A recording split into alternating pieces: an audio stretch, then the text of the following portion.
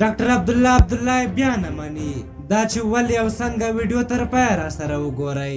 ګرانو لیدونکو السلام علیکم. له هغه وخته چې کله د کمیسیون لپاره کمیشنران ټاکل کېدل، بیا تر اوسه عبدالله او ډلې په یو ډول نه یو ډول په هره برخه کې نیوکې کړې او کوشش یې دا دی چې د خپل واک لپاره هیواد بحران خواته یوسي، ځکه دوی پوهیږي چې د انتخاباتو له لارې واک نشي ترلاسه کولی. لومړی د اصولو خلاف د دې لپاره چې د خلکو ذهنونه ګډوډ کړي، ځان د ټاکنو ګټونکی اعلان کړ.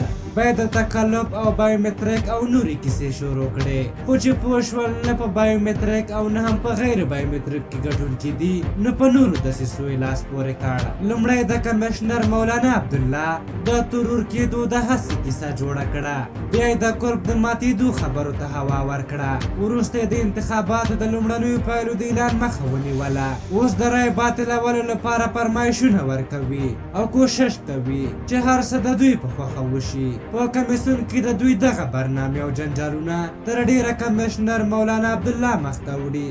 دا چې دا سړی څوک د وروسته معلومات درکوو. اوس تازه خبر دا دی چې د افغانستان د ټاکنو خپلواک کمیسیون وایي د شاوخوا 8500 محلونو د رایو شمیرل به ژر پیل کړي. د عبدالله ټاکنیزې ډلې دا کار د قانون خلاف بللی او له خپلو څارونکو یې غوښتي چې په دې بهیر کې ګډون ونه کړی. خو په دغه برخه کې د اختلاف ټکی څه شی دی؟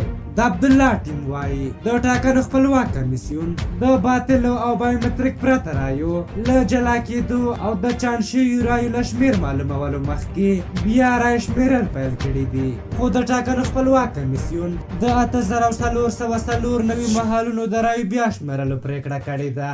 له دې څخه 2423 داسې محلونه دي چې د ستونزو له کبله یې رایې د بایومتریک وسیلې ته نه دي داخلې شوې، چې د کمیسیون په وینا د دغو رایې برخلیک باید معلوم شي. په دغې موضوع 2-3 ورځې وخت ضایع شو.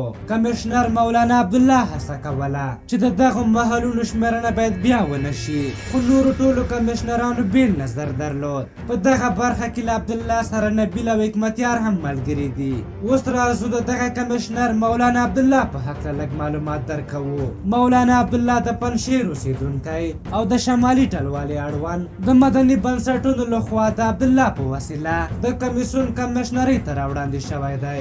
اوس د دې پر ځای چې په کمیسیون کې بې پرې پاتې شي او ورته ورسپارل شوی مسؤلیت سرته ورسوي، د عبدالله په فرمایشونو روان دی. موږ له ټاکنو کمیسیونه غواړو چې ژر تر ژره د پایلې اعلان کړي، نور دې بیا ولس ته پرېږدي. په هر حال تاسو د ډاکټر عبدالله په هکله څه نظر لرئ؟ خپل نظرونه هم راته په کومنټ کې ولیکئ. که زموږ ویډیو مو خوښه شوې وي ضروري لایک کړئ. تر بلې ویډیو مو په لویو بخښونکي خدای سپارم. د الله په امان.